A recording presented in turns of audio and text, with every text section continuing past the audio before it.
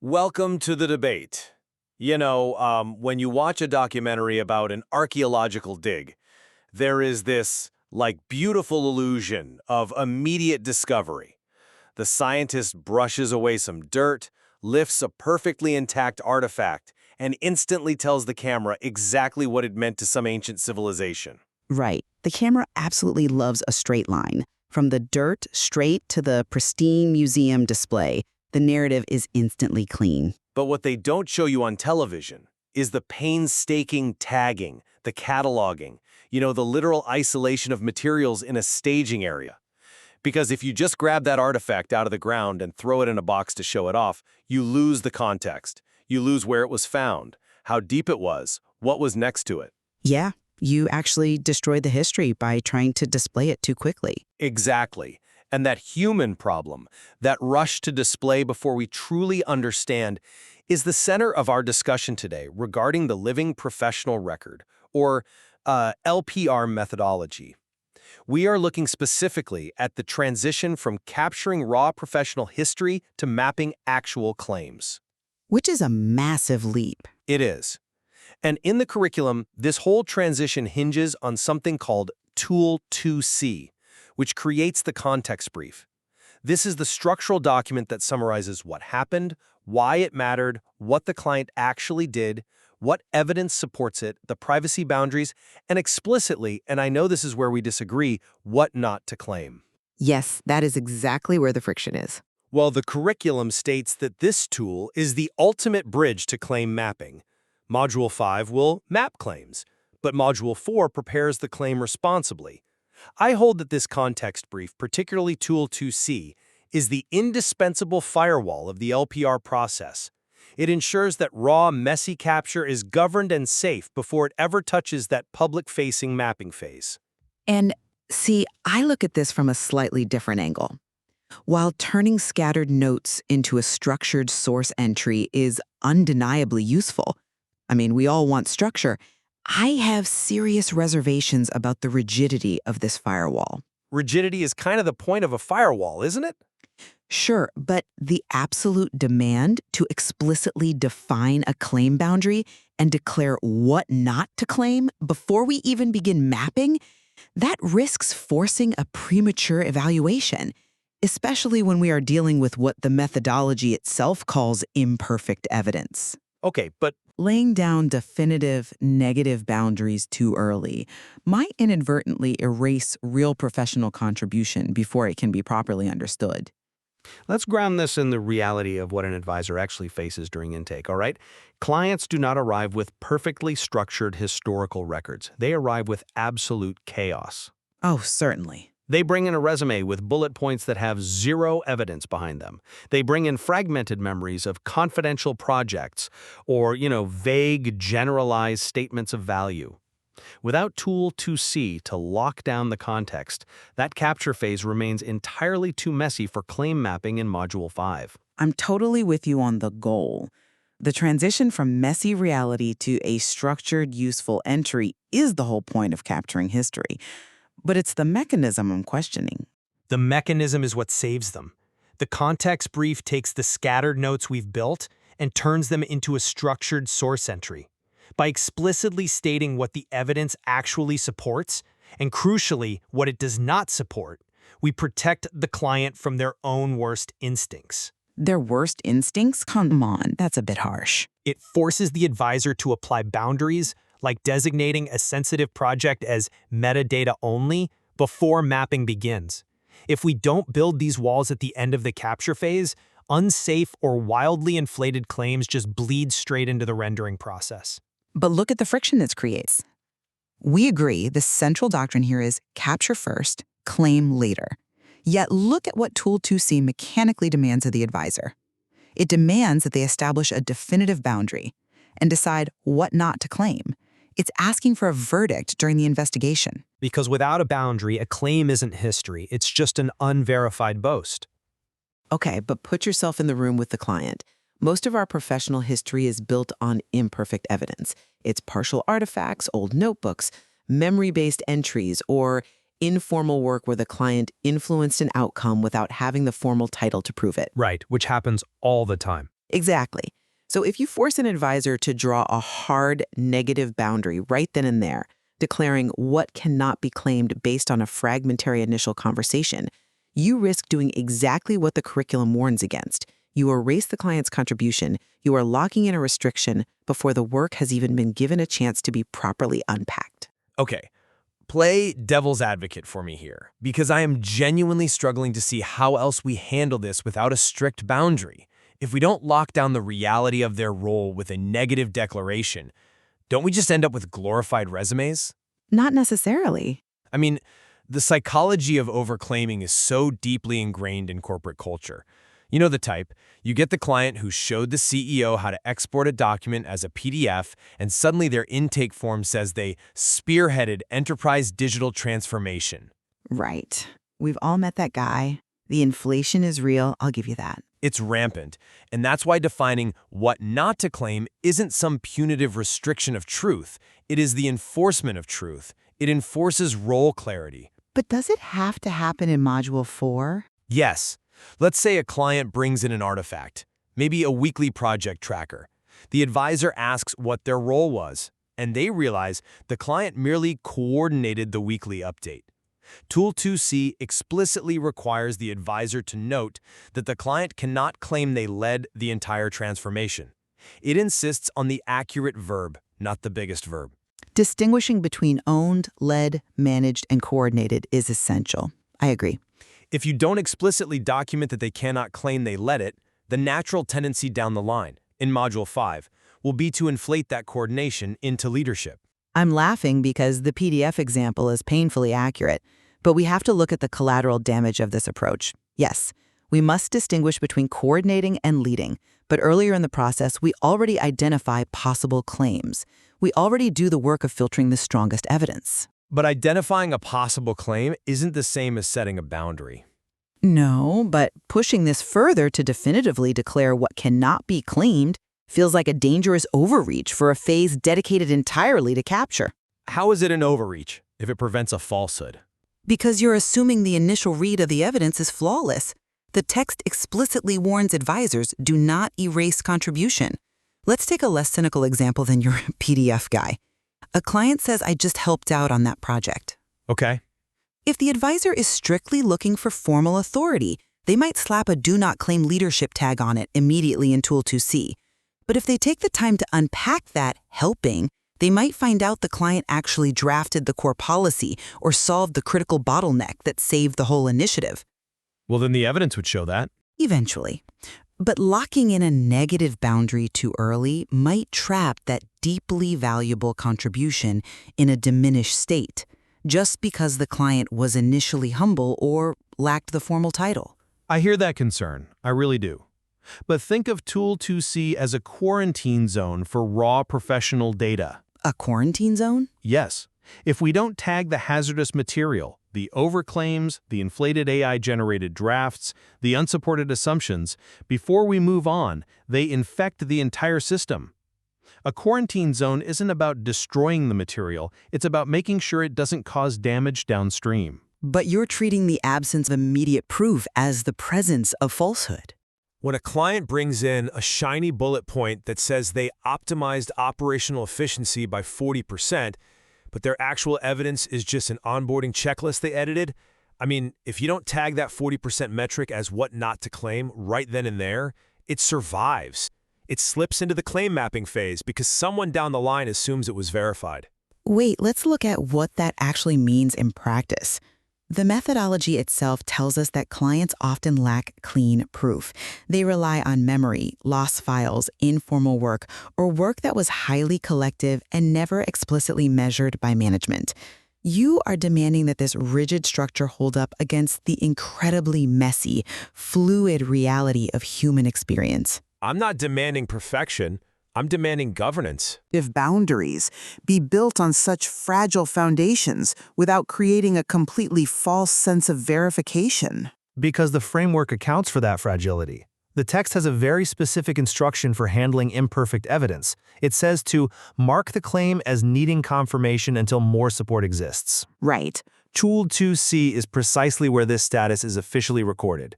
It doesn't pretend that a memory is verified proof, but it structurally isolates it so it doesn't accidentally become a public-facing claim in Module 5. The curriculum literally says, imperfect evidence can still belong in the private record, it just needs the correct status. It's about protecting the client's credibility. Okay, but let's talk about the human toll of that governance. Look at the before-after difference mechanism we rely on to build this context. We ask what the situation was before, what changed after, and what evidence supports it. It demands meaning. Improved isn't enough. Was it faster, safer, more reliable? Exactly. You have to be specific. Now imagine a client who spent 6 months fixing a toxic team culture. They made the process less confusing. They stopped the bleeding on employee turnover. But they don't have the original process map. And they certainly don't have a spreadsheet measuring toxic culture reduction. Which is a tough spot to be in.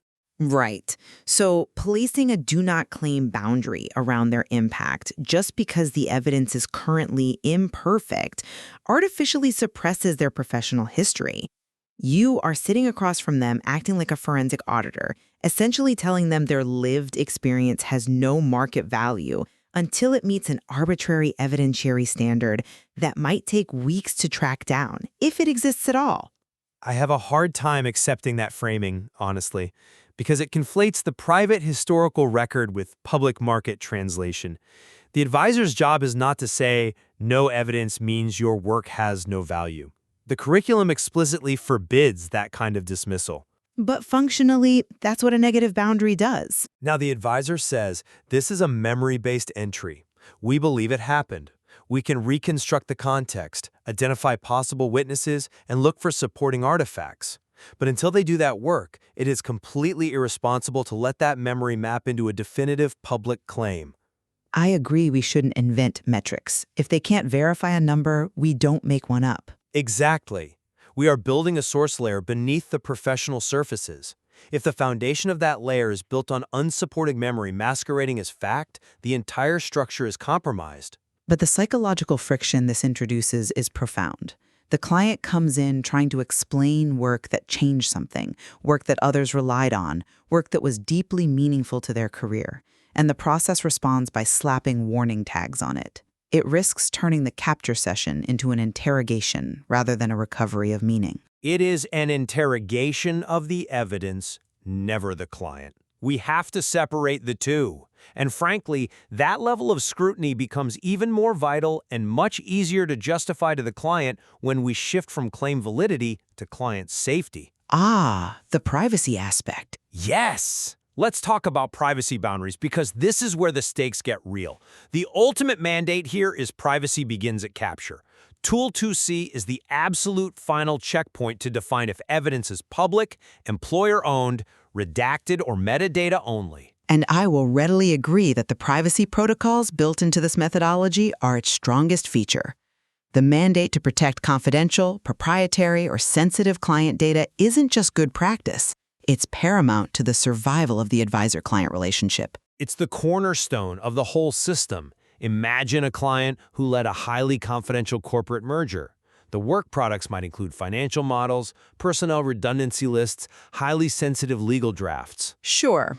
If the advisor just focuses on the accomplishments, the dollar value, the scale of the merger, without structurally embedding the privacy limits into the source entry, those details might easily slip into the claim mapping phase. The context brief demands that the advisor explicitly write, internal model, do not share externally. Metadata only, no company names. Proof is not permission. Just because a client has a document proving they did the work doesn't mean they have the legal or ethical permission to use that document as a public claim. That is absolutely correct. The insistence that proof is not permission is a vital paradigm shift for anyone used to traditional resume writing. However, we have to look at the practical consequence of applying these highly restricted privacy boundaries at this specific stage. The consequence is that the client doesn't get sued. Yes, but let's follow the mechanics. The curriculum says this brief is a bridge to claim mapping. But if we scrub the names, the data, the exact deliverables, and the internal metrics, doesn't the advisor arrive at Module 5 holding an empty briefcase? What do you mean? If Tool 2C tags a major, multi-year project as do not upload, exclude, or metadata only, it makes the subsequent claim mapping incredibly thin. In its zeal to protect, this tool sometimes leaves the mapping phase with too little substance to actually work with. You have a deeply verified, highly secure entry that says almost nothing useful for the client's actual market rendering. Help me understand your fear here. Are you saying we should risk the exposure just to have a punchier bullet point? Not at all. I'm saying the structural demand to strip it down happens so aggressively in this step that it might kill the utility of the record. If a client can't talk about the merger, the financial model, or the scale of the redundancies, what is actually carrying forward across that bridge? Well, that's where we need to look at what metadata only actually means in this methodology, because it doesn't mean nothing. It means capturing the shape and the weight of the work without exposing the protected core. Okay, but how does that translate? If you can't share the financial model, you can still capture the structural context, the constraints faced, the decisions made, the trade-offs balanced. You captured that the client managed a multi-stakeholder integration under a 90-day regulatory deadline. The difference made, to use that before-after difference framework you mentioned earlier, was that legal risk was reduced and operational visibility was maintained during a volatile transition. Right. You don't need to expose a single personnel list to map a compelling claim about maintaining operational visibility. Tool 2C forces the advisor to extract that structural metadata so that the next phase does have something to map, and it does it safely. That assumes the advisor is highly skilled enough to extract the metadata without losing the human impact. And it assumes the client won't feel completely disconnected from their own professional narrative when it's stripped of all its specific identifying details. We're asking them to look at a sanitized skeleton of their biggest career achievement. If the client feels disconnected from that skeleton, it's usually because they are still viewing their history through the lens of a traditional resume, where the specific names and big numbers are the only things that matter. Which is a hard habit to break. Exactly. The curriculum explicitly instructs the advisor, do not let students turn capture into resume writing. Tool 2C is the mechanism that breaks that habit. It forces everyone in the room to look at the source material objectively. What actually happened? Why did it matter? What did the client do? What evidence supports it? What is strictly off limits? This isn't about making the client sound stronger right now. It's about building a source entry that later renderings can honestly answer to. It's a heavy lift, though. Have you considered the immense cognitive load this places on the capture phase? The advisor is asking the client to remember a complex project from 3 years ago, reconstruct the context, identify the before and after, clarify their exact role, list the constraints, identify witnesses, apply privacy boundaries, figure out possible claims, and declare what not to claim, all in one highly structured sequence. It is comprehensive, yes. The curriculum advises us to start small enough to finish, suggesting we focus on one role or one project at a time. But even for a single project, this demands a level of synthesis that feels suspiciously like the polishing phase that we are explicitly forbidden from entering yet. It is synthesis, absolutely, but it is not polishing. Polishing is writing a marketing bullet point to sound impressive. Synthesis is organizing the truth so it can be verified. Without this context brief, capture just remains too messy for claim mapping. You're just staring at a pile of inventory sheets, random lists of artifacts, and disjointed measure clues. True, you need organization. Tool 2C takes all of that scattered material, integrates the context reconstruction we did earlier, and binds it together. The curriculum is unambiguous here. The context brief turns scattered notes into a structured source entry. It prepares the claim responsibly so that Module 5 has a solid foundation. I just worry that in standardizing the truth, we might be compressing it too tightly. We've talked extensively about the capture first, claim later, render last doctrine. I fully support starting with capture, but I maintain that deciding what not to claim is, by definition, a form of claiming.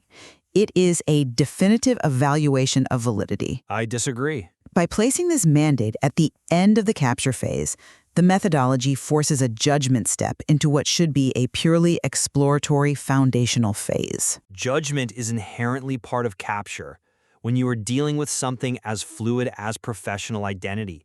If a client casually mentions, "I drove $1 million in revenue," and the initial evidence shows they were merely one person on a team of 50 that collectively hit $1 million, the advisor must apply judgment immediately. But what if they were the linchpin of that team? If they don't apply that judgment, if they just write it down and pass it along, that $1 million claim becomes the default reality for the rest of the process. Tool 2C doesn't invent the truth, it protects the truth from the client's own approximations and the decay of their memory. But the risk remains. If the advisor misinterprets the nuance of the contribution, if they decide the client merely supported the revenue goal rather than driving the critical piece of it, that negative boundary is locked in. The bridge to the mapping phase becomes a bottleneck that filters out the most nuanced, unmeasurable parts of a person's career. Well, let's bring this all together. From where I sit, this mechanism is indispensable. It takes the scattered, raw fragments of a professional history, the fading memories, the messy artifacts, the imperfect evidence, and transforms them into a structured, usable source entry. By forcing the advisor and the client to explicitly define the role, apply strict privacy limits, and declare a boundary detailing what not to claim, it ensures that everything moving forward into Module 5 is safe, governed, and bounded by truth. It prevents overclaims, protects confidential data, and honors the core doctrine: capture first, claim later, render last. And I still see the friction. While Tool 2C provides incredibly valuable synthesis and absolutely essential privacy safeguards, anyone using it must remain hypervigilant. Its rigid demands for strict claim boundaries, particularly those negative declarations of what not to claim, risks forcing premature conclusions. When you are dealing with imperfect, memory-based, or highly collective evidence, an overzealous application of this tool can inadvertently erase real, meaningful professional contribution before it ever has the chance to be properly mapped and understood. I think where we fundamentally agree is that capture without context is basically meaningless. A list of artifacts or measure clues is just a pile of data.